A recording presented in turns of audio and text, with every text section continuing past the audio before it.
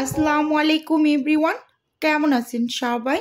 আশা করি আল্লাহ তাআলার অশেষ রহমতে সবাই খুব ভালো আছেন। আলহামদুলিল্লাহ, আমিও ভালো আছি। শরনাজ কিচেনে সবাইকে আরও একবার ওয়েলকাম করছি নতুন একটি রেসিপি দেখার জন্য। আজকে শেয়ার করব বিফ কাবাবের রেসিপি। আশা করি আজকের এই রেসিপিটিও আপনাদের কাছে ভীষণ ভালো লাগবে। তো কিছুদিন আগে আমি একটা বিফ কাবাবের রেসিপি শেয়ার করেছিলাম, তো ওখানে বলেছিল যে আপু কাবাব তেলে দিলে ছেড়ে যায়। তো আজকের ভিডিও আপনাদের জন্য। প্রথমেই এখানে আমি একটা প্যান নিয়ে নিয়েছি, আর সেই সাথে এখানে আগে থেকে ভিজিয়ে রাখা বুটের ডাল নিয়ে নিচ্ছি 4 কাপ। এখানে আমি হাফ কেজি পরিমাণ বুটের ডাল 3 ঘন্টার মতো ভিজিয়ে রেখেছিলাম। এবার খুব ভালোভাবে ধুয়ে পানি ঝরিয়ে তো তারপর কিন্তু আমি প্যানের মাঝে নিয়ে নিয়েছি। আর এপাশে কিন্তু 1 কেজি পরিমাণ গরুর মাংস মাঝখান থেকে একটু ছোট করে কেটে নিয়েছি, আবার অনেকটা বেশি কিন্তু ছোট করিনি। স্কিনে ভালোভাবে লক্ষ্য করলেই কিন্তু দেখতে পারবেন। 1 কেজি গরুর মাংস আমি সলিড বাজার থেকে নিয়ে এসেছি, তো খুব ভালোভাবে ধুয়ে পরিষ্কার করে নিয়েছি। এরকম মাঝারি সাইজ করে কিন্তু কেটে নিয়েছি। তো এবার এর মাঝে আমি এক এক করে সব উপকরণগুলোকে দিয়ে দেব। তো প্রথমেই দিয়ে দিচ্ছি আমি লবণ, স্বাদ মতো লবণ দিচ্ছি। তো লবণটা কিন্তু প্রথম অবস্থায় একটু কম করে দিয়েছি, মানে পরে চেক করে দিয়ে নেব। তো এখানে 1.5 টেবিল চামচ দিয়ে দিচ্ছি রসুন বাটা, আর সেই সাথে 1.5 টেবিল চামচ দিয়ে দিচ্ছি আদা বাটা। আদা এবং রসুনের পরিমাণটা কিন্তু একই নিয়েছি, এবং এখানে বড় সাইজের একটা পেঁয়াজ কুচি করে নিয়েছি। আমি যেহেতু ব্রেস্তা পেঁয়াজ ব্যবহার করি কাবাবের ভিতরে, তাই সব কিছু সেদ্ধ করার সময় একটু কাঁচা পেঁয়াজ দিয়ে থাকি। তো এখানে 1 চামচ পরিমাণ দিয়ে দিচ্ছি লাল মরিচের গুঁড়ো, 1 চামচ পরিমাণ দিয়ে দিচ্ছি ধনিয়া গুঁড়ো, ভাজা জিরার গুঁড়ো দিচ্ছি 1.5 টেবিল চামচ পরিমাণ, আর সেই সাথে এখানে গরম মশলা দিয়েছি 1 চামচ, এবং রেডিমেড যে কাবাব মশলাটা সেটা দিয়ে দিচ্ছি 2 চা চামচ। এখানে ঝালের পরিমাণটা একটু লক্ষ্য রাখবেন সব সময়। রেডিমেড কাবাব মশলায় ঝালের পরিমাণটা কিন্তু অনেকটা বেশি থাকে, তাই মরিচের গুঁড়োটা একটু সাবধানে ব্যবহার করবেন। তো এখানে আমি 4 থেকে 5 টেবিল চামচের মতো রান্নার রেগুলার তেল দিয়ে হাতটাকে খুব ভালোভাবে ক্লিন করে এবার হাত দিয়ে খুব সুন্দরভাবে কিন্তু মেখে নিচ্ছি। কিছুদিন আগে একটা বিফ কাবাবের ভিডিও শেয়ার করেছিলাম, তো সেখানে এরকম কিছু কমেন্ট এসেছিল যে আপু তেলে দেওয়া মাত্রই কাবাবটা ভেঙে যায়, তো কেন ভেঙে যায় সেটাই নিয়ে একটু বলছি। কাবাবের ভিতরে যদি মাংসের থেকে ডালের পরিমাণটা খুব বেশি হয়ে যায় সেক্ষেত্রে কাবাব ভেঙে যায়। আর একটা হচ্ছে তেলের মাঝে যখন ভেজে নেবেন, তেলটাকে যদি ভালোভাবে গরম না করেই কাবাবটা ছেড়ে দেন তাহলেও কিন্তু কাবাবটা ভেঙে যায়। এই দুইটা কারণেই খুব বেশি পরিমাণ কাবাব ভেঙে যায়। তো আজকে কিন্তু ভিডিওতে আমি বলে দিলাম, এদিকে একটু লক্ষ্য রেখে কাবাব তৈরি করবেন। এখানে আমি 3 কাপের মতো পানি দিয়ে দিয়েছি। এবার সব কিছু একটু চামচ দিয়ে নেড়ে চেড়ে মিশিয়ে তো এগুলো সেদ্ধ করে নেব। আর আমি যেহেতু প্রেসার কুকারে সেদ্ধ করব, এই 3 কাপেই কিন্তু খুব সুন্দরভাবে সেদ্ধ হয়ে যাবে। এবার অফ স্ক্রিনে খুব সুন্দরভাবে এই যে কাবাব এর ডাল মাংসগুলোকে সেদ্ধ করে নিয়ে এসেছি। এবার হাতটাকে ক্লিন করে খুব সুন্দরভাবে কিন্তু একটু মথে নিচ্ছি। আমি এখানে কোনো প্রকার ব্লেন্ড করিনি বা পাটায় বাটাবাটি করিনি।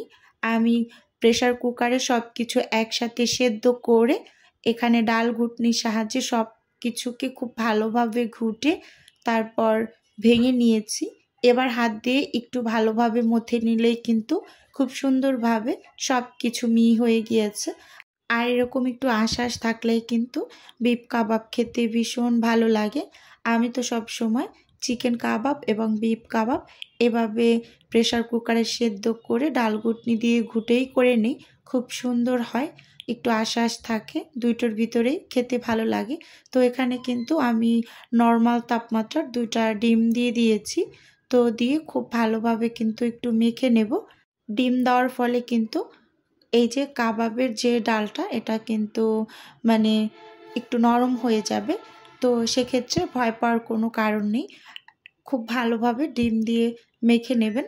তারপর এখানে আপনারা চালের গুঁড়ো অথবা পাউরুটির গুঁড়ো অথবা এখানে টোস্ট বিস্কিটের গুঁড়ো ব্যবহার করে এইটার টেক্সচারটা ঠিক করে নিতে পারেন।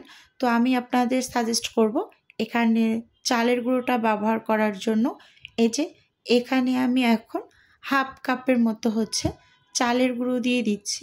একেবারে পুরোপুরি 1 কাপ ব্যবহার করিনি, মানে হাফ কাপ পরিমাণ হবে।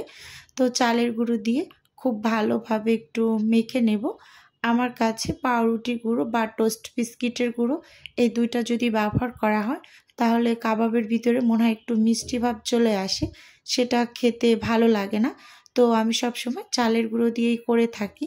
তো এখানে কিন্তু কোনো টাইপের মিষ্টি ভাব আসে না, আর এটা খেতে খুবই ভালো লাগে। এভাবে আপনারা বাসায় তৈরি করে দেখবেন, ইনশাল্লাহ খুব সুন্দর হবে কাবাবগুলো। আর সব কিছু উপকরণ একটু ঠিকঠাকভাবে নেবেন, তাহলে কাবাবগুলো যখন ভেজে নেবেন ভেঙে যাওয়ার কোনো টাইপের পসিবিলিটি থাকবে না। এই যে দেখতেই পাচ্ছেন খুব সুন্দরভাবে কিন্তু একটা টেক্সচারে চলে এসেছে। এবার এগুলো দিয়ে কিন্তু খুব সুন্দরভাবে কাবাব তৈরি করে নেওয়া যাবে। তো এবার এখানে কিন্তু আমি হচ্ছে পেঁয়াজ ব্রেস্তা, কাঁচামরিচ, ধনিয়া পাতা কুচি এগুলো দিয়ে খুব ভালোভাবে মেখে নেব। আর দেখুন কতটা পরিমাণ আঁশ হয়েছে। মাংসের পরিমাণ এরকম বেশি থাকলে কিন্তু ঠিক এভাবে আঁশ হবে। তো আমার একটা আপুর কিন্তু 50 পিস বিফ কাবাবের অর্ডার আছে। তো আমি কিন্তু সেটাই খুব সুন্দরভাবে রেডি করে নিচ্ছি। এই যে এখানে পেঁয়াজ ব্রেস্তা দিয়ে দিয়েছি, সেই সাথে ধনিয়া পাতা কুচি আর কাঁচামরিচ কুচি দিয়ে দেব। এই যে এখানে অনেকে পুদিনা পাতা কুচিটাও ব্যবহার করেন। আমার কাছে পুদিনা পাতা কুচিটা যেহেতু নেই, আমি সব সময় ধনিয়া পাতাটা ব্যবহার করি, যেহেতু পুদিনা পাতাটা সচরাচর পাওয়া যায় না। তো শীতের সিজনে খুব বেশি ধনিয়া পাতাটা থাকে, তো ধনিয়া পাতাটাই কিন্তু বেশি ব্যবহার করা হয়। এই যে দেখতেই পাচ্ছেন খুব সুন্দরভাবে মেখে তারপর কিন্তু আমি কাবাবগুলোকে তৈরি করে নিব। ভিডিওর মাঝে ছোট্ট করে নিজের বিজনেসের একটু প্রচার করছি।